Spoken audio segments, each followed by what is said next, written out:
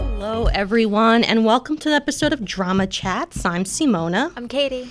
And we're going to be talking about the 2025 fantasy Korean drama, The Haunted Palace, and it's still ongoing. And Katie and I are going to be discussing the first 2 episodes. So, The Haunted Palace premiered on SBS TV on April 18th, and as I mentioned, it is ongoing.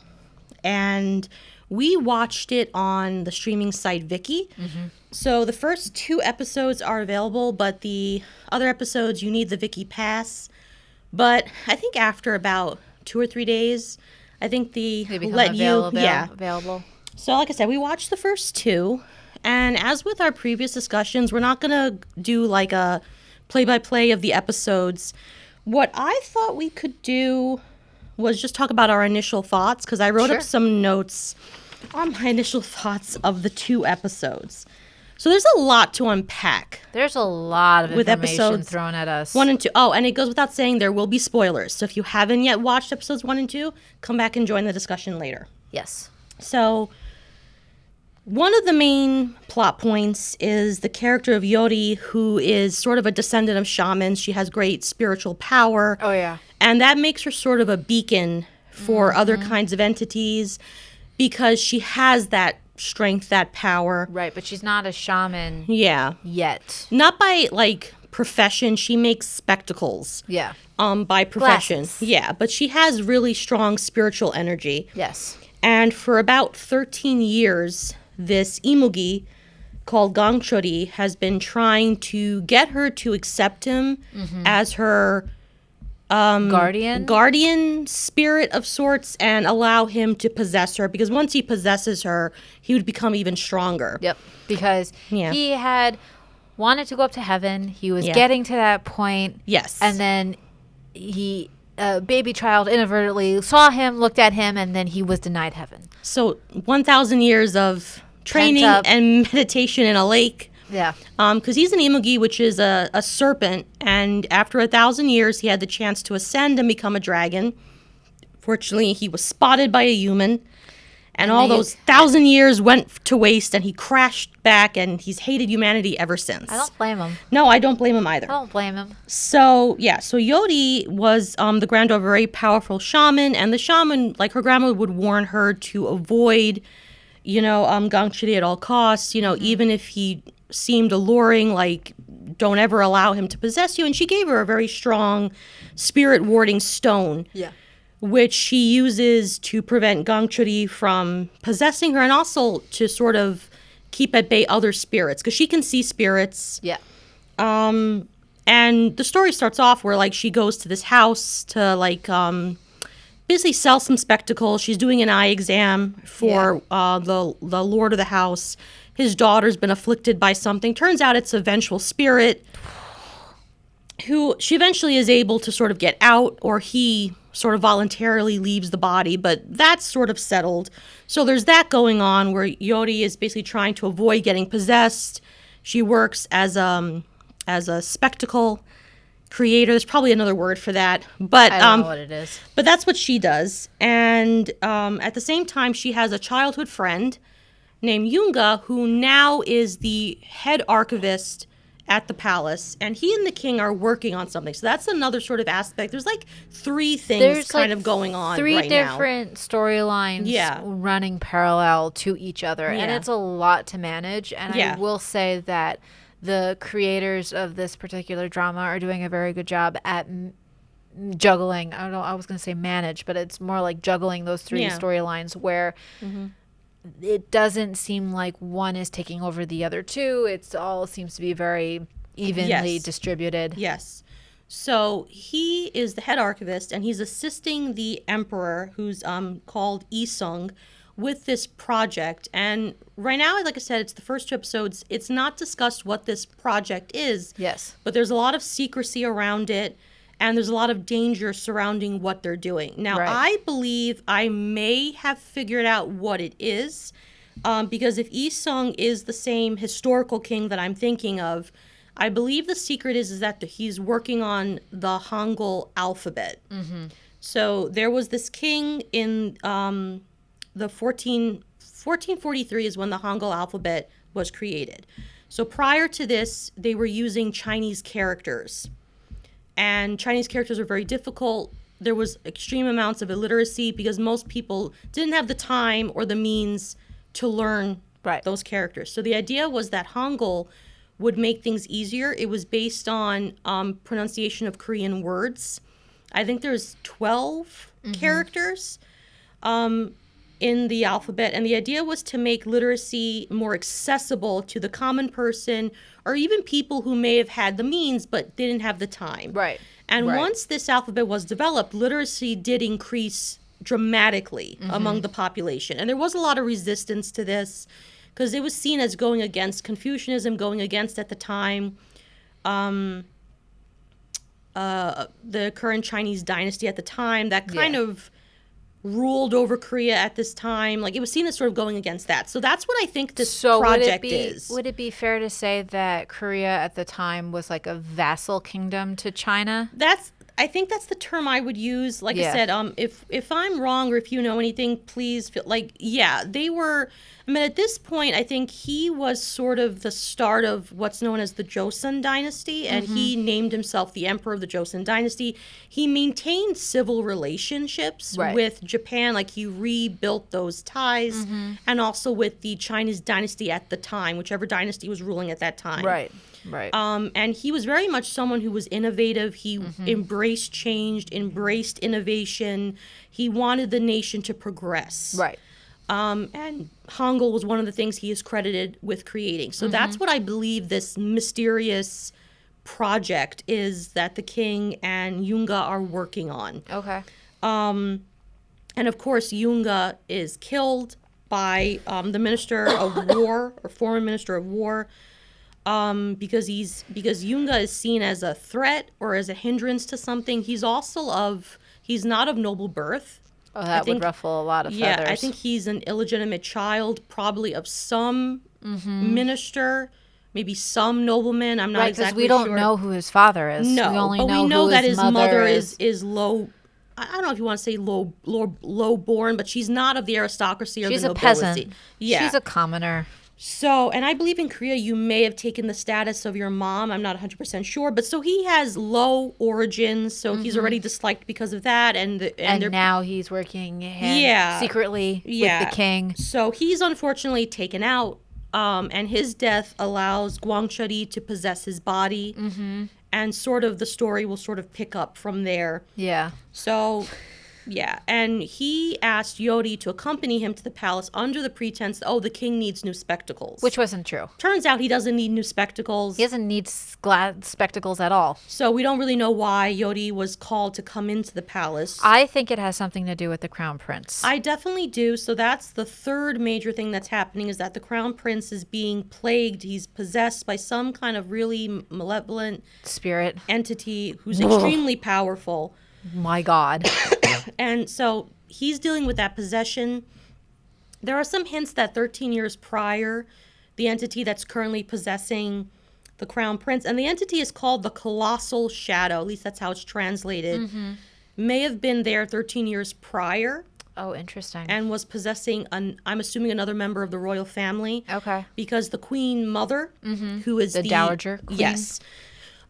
She recognizes the odor, because there's some sort of strong odor that accompanies the presence of this entity, and she realizes, that's the same smell. I know it sounds so weird as it. No, because there's 13 years before. Yeah, I mean, the scent to anybody who's really ill can be prevalent, and your sensory indicators, even if you hadn't smelled that smell in 13 years and it's back, you're going to remember what that smell represents. Yeah, for sure. So the queen mother is trying to figure it out, because obviously the king and the queen, the father and mother of the prince, are keeping it secret. And obviously it makes sense because you're being watched. So if the member of the royal family is weak in any way, it can have further consequences and implications. Kill the king. At this point, also, there were always a lot of factions vying for power. So it makes sense they want to keep this under control, limit the number of people who are truly aware of the Crown Prince's condition and what is actually happening to him. Power plays. Yes. So the Queen Mother hires this older man who's blind. I believe he may also be a shaman to try to suss out what is going on. Yeah. I think there's something also happening with the Queen, the Prince's mom, because Yodi, while she's exploring the grounds, says that the Queen has an odor and there's a strong presence of another kind of malevolent spirit. Yeah. So there could be something going on with her, or it could be her proximity to the colossal shadow. It could, it could very well. So there's a lot going on. No one's really talking to one another. There's a lot of things happening under the scenes. Oh, yeah. At the same time, Yodi is trying to get Yunga's spirit to kind of go back into his body. Gongchuri, I mean, she's right not to trust him, but I also believe that when he tells her he's gone, he cannot come back, and he led you here under false pretenses, he is telling the truth. Yes. I don't believe that he's lying to her. No. Because the whole secrecy of him and the Emperor not needing spectacles, that it was false pretense to get her to the palace, that's really suspect to me. Yeah, and also the fact that she's powerful. Yes. And when the Queen sees her, one of her ladies in waiting says, could this be the woman that Yunga mentioned? Right. And nothing else is said, because obviously it makes sense. They want to build up the mystery. Yeah. But her presence is there for a very particular, she's there for a reason. Right. It's not because of the glasses. Right. And at first I thought that Yunga was bringing her there to exact some type of like revenge against her because of his injured leg when they were children, and how everyone in the village called her bad luck because of all the stuff that was happening around her thanks to the Black Dragon. Yeah, because with Gongchuri, he brings misfortune. Yep.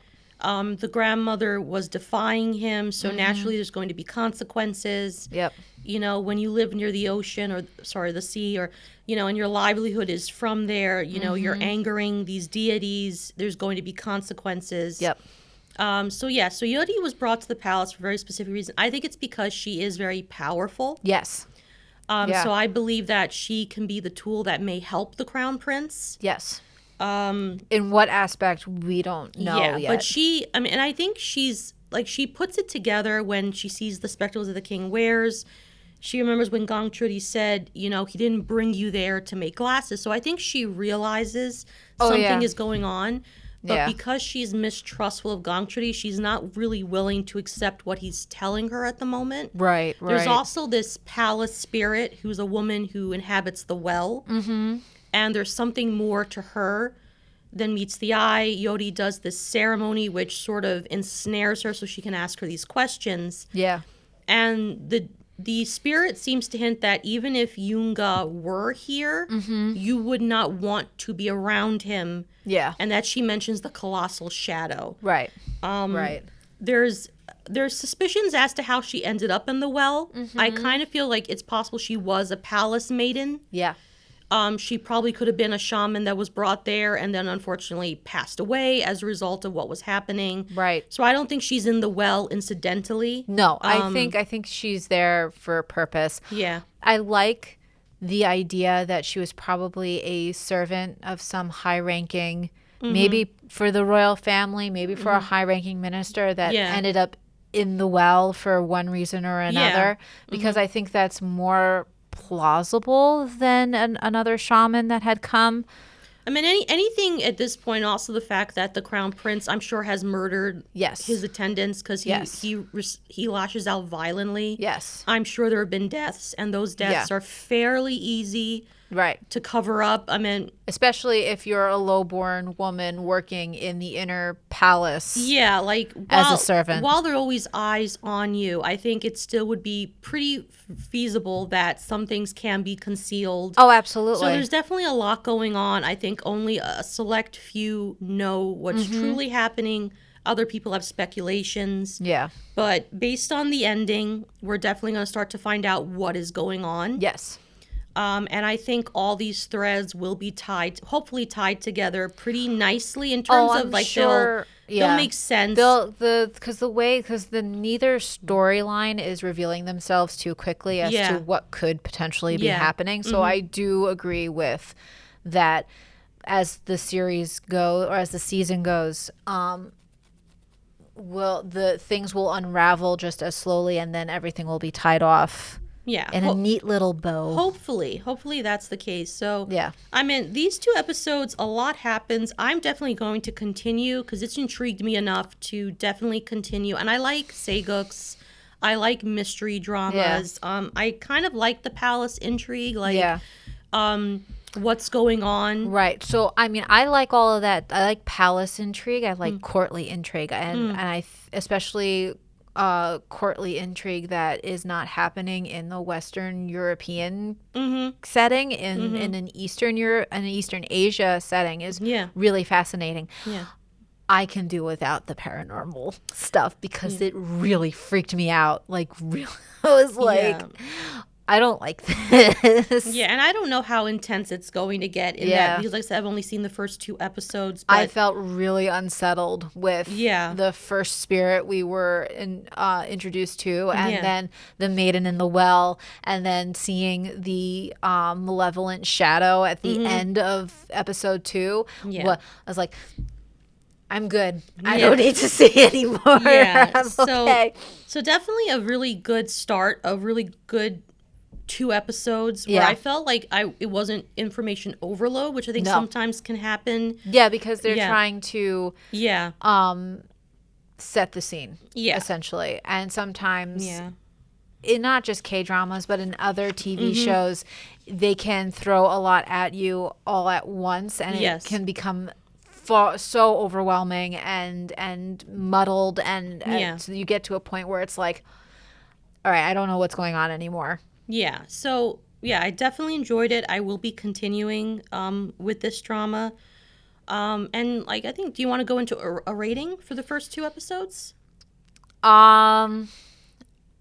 Because I like the courtly intrigue, and I like the palace intrigue, and I just like seeing where people stand within the palace itself. Because it's very different from Western Europe and even Eastern Europe. Yeah. I find that to be very fascinating. So with that in mind, I would give this, from the first 2 episodes, I would give this a 3.5 out of 5 stars, because just the whole like paranormal part of it just really unsettled me, and I didn't like it.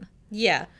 I'm definitely probably going to go 4 out of 5 right now. And maybe what I'll do is when I finish at a certain point, when we give recommendations, I can give my overall thoughts as we go along. But yeah, definitely enjoyed it. I also think that our main heroine and Gonchuri are going to end up together. Most likely. Yeah, that's probably how it's going to be, because she did also have that vision. And I believe the vision was of Gangchuri in Yoonga's body. Unless, I mean, it could always change. Yoonga's spirit could come back. There's no yet clear evidence that he's like, because Yori also says that he has 49 days, which is part of the Confucian, I believe, like folklore, that a spirit can wander the earth for 49 days. Okay. So it hasn't yet been 49 days. So it is possible that the Hyunga spirit is still there. Yes. So it's always possible that he can go back in. But I think, like, with a lot of these dramas, Yori will eventually fall in love with Gangchori, who will happen to be in Yoonga's body. But she's not going to be in love with Yoonga, if that makes any sense. No, it absolutely makes sense. Yeah. So, so thank you so much for joining us for this discussion. As always, like, subscribe. If this is a drama that you're watching, let us know what you think with no spoilers, please. And we will see you next time. Bye, everyone.